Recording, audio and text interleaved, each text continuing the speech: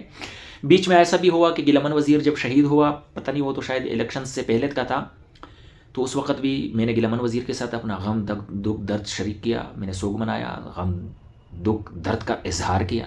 تو اس کی وجہ سے بھی جمعیت علماء اسلام پاکستان کے لوگوں نے مجھے بہت جھنجھوڑا، بہت دھتکارا، بہت گہرے زخم دیے، مگر وہ ایک دکھ کی بات تھی، ختم ہو گئی ہے. کیونکہ یہ سفر ہے، ایک راستے پر ہم سفر کرتے ہیں، اس میں یہ چھوٹی موٹی چیزیں آتی ہیں، کوئی تنقید کرے گا، کوئی تپڑ مارے گا، کوئی لات مارے گا، یہ چیزیں چلتی ہے، یہ اتنا معنی نہیں رکھتا. کیونکہ میں حلفاً کہہ رہا ہوں، میں ابھی بھی پارٹی سے ناراض نہیں ہوں، ناراضگی کی بنیاد پر یا خواہشات کی بنیاد پر واللہ باللہ نہیں چھوڑ رہا. ناراضگی میں اور اعتماد کے ٹوٹ جانے میں، بکھر جانے میں آسمان و زمین کا فرق ہے. یہ ریپیریبل نہیں تھی، اس کا مداوع نہیں تھا، اسی وجہ سے میں چھوڑنے پر مجبور ہوں. تو پھر 8 فروری کے بعد جب میاں محمد نواز شریف اور نون لیگ اسٹیبلشمنٹ کے گود میں بیٹھ کر اسٹیبلشمنٹ کے بوٹ چاٹنے لگ گیا اور ووٹ کو عزت دو کے بجائے ووٹ کو عزت دینا شروع کیا، اور قائد جمعیت جناب مولانا فضل الرحمان صاحب کو دھوکہ دیا، ہماری کمر توڑ دی.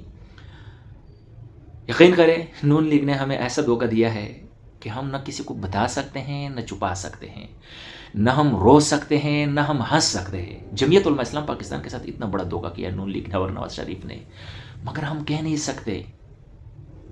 ہمیں نہ ادھر کا چھوڑا نہ ادھر کا چھوڑا.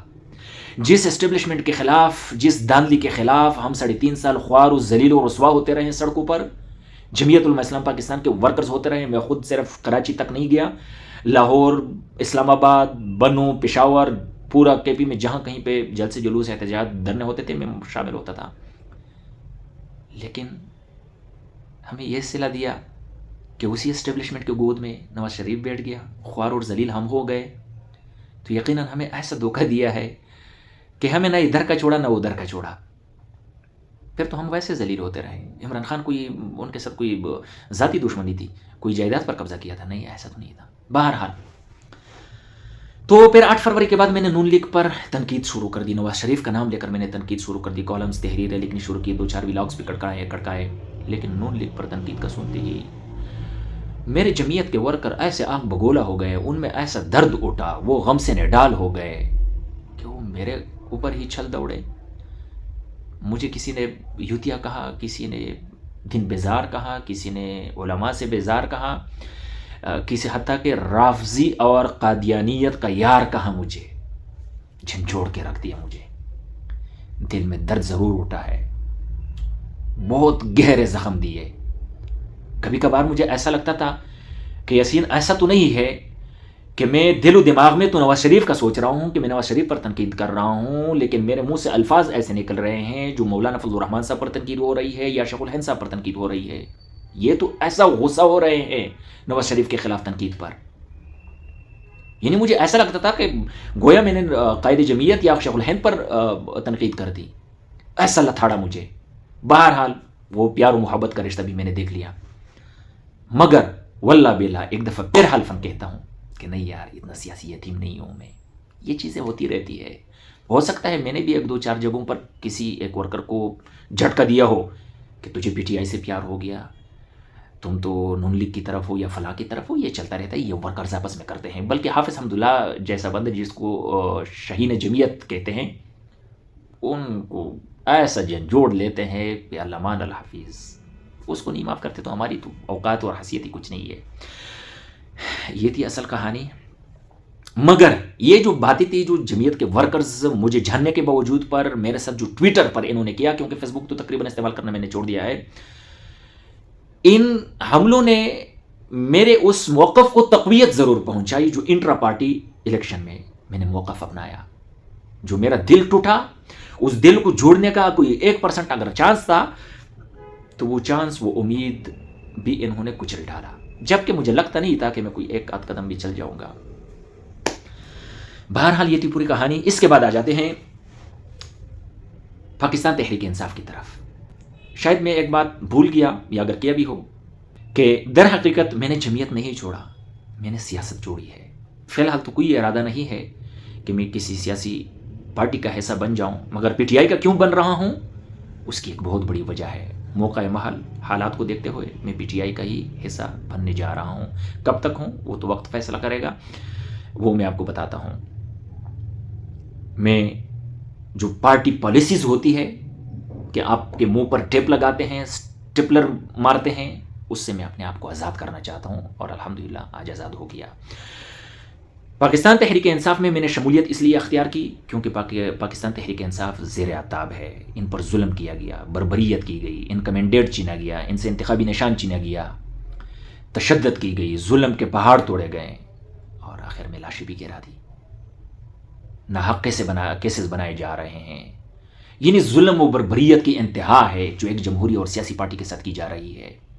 اس وجہ سے میں نے پاکستان تحریک انصاف میں شمولیت اختیار کر دی، اور تب تک پی ٹی آئی کے ساتھ ہوں جب تک پی ٹی آئی زیر عتاب ہے۔ بحیثیت ایک ورکر پی ٹی آئی کے لیے آواز اٹھاؤں گا، ظلم کی بنیاد پر جو ان کے اوپر ظلم کیا گیا، اس وجہ سے ان کے ساتھ ہوں، ان کے لیے آواز اٹھاؤں گا، حالانکہ سب سے بڑا ناقد میں تھا اور ہوں، مگر یہ مظلوم ہے تو مظلوم کا میں ساتھی ہوں۔ میرا اللہ تعالیٰ بھی فرماتے ہیں کہ مظلوم اگر کافر بھی ہوگا تو میں ان کی مدد کروں گا، یہ تو اللہ تعالیٰ کا فرمان ہے۔ مگر آج مسلمان مظلوم کے اوپر ہنس رہا ہے، قہقہے مار رہا ہے، ان کی لاشوں کا تمسخر اڑاتے ہیں، یقیناً بہت دکھ کی بات ہے۔ جس دن پی ٹی آئی تھوڑی بہت راحت میں آئی، عمران خان ریلیز ہو گیا، ان کی حکومت آ گئی یا نہیں آئی، جیسا تیسا بھی ہوا، تھوڑی بہت سٹیبل ہو گئی، تو پھر پی ٹی آئی کو بھی اللہ حافظ۔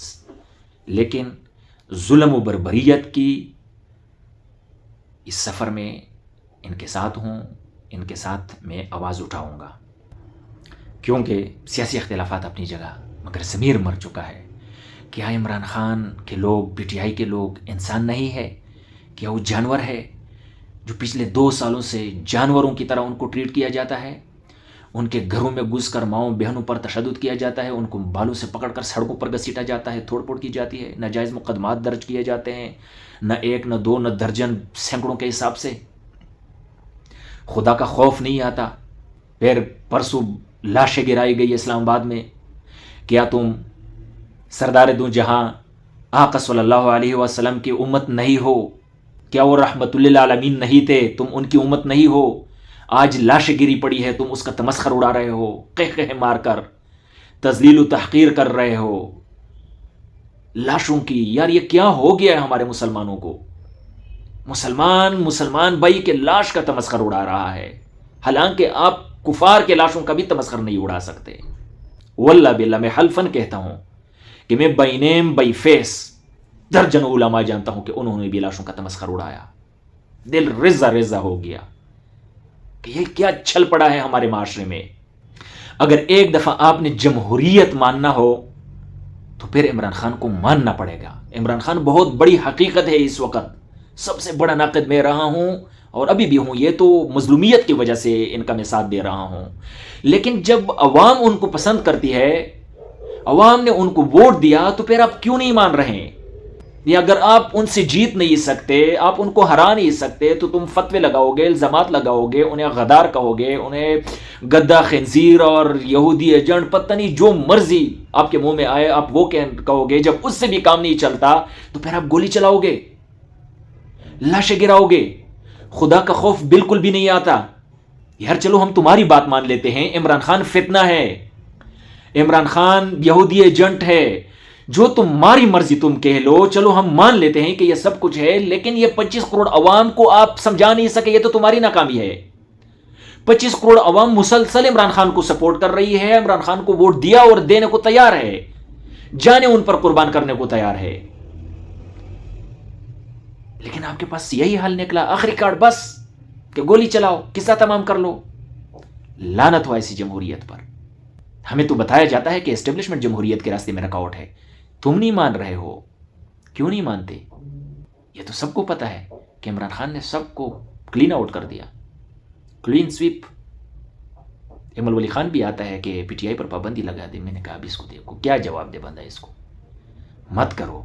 اگر ایک دفعہ جمہوریت ہے، ووٹ پر آپ کو یقین ہے، تو پھر عوام جس کو ووٹ دیتی ہے تو تو پھر تسلیم کرو نا. واللہ بیلا میں نے تو 8 فروری کو تسلیم کیا ہے کہ عمران خان کو لوگوں نے ووٹ دیا, عمران خان نے کلین سویپ کر لیا. اب آپ نہیں دے رہے ہو تو کیا کہہ سکتے ہیں ہم. بہرحال اس ظلم و بربریت کی وجہ سے میں پی ٹی آئی کے ساتھ ہوں. جس دن اس ظلم و بربریت کی تاریخ رات ختم ہو گئی تو میں پی ٹی آئی کو بھی خدا حافظ کہہ دوں گا. مجھے اجازت دیجیے. والسلام.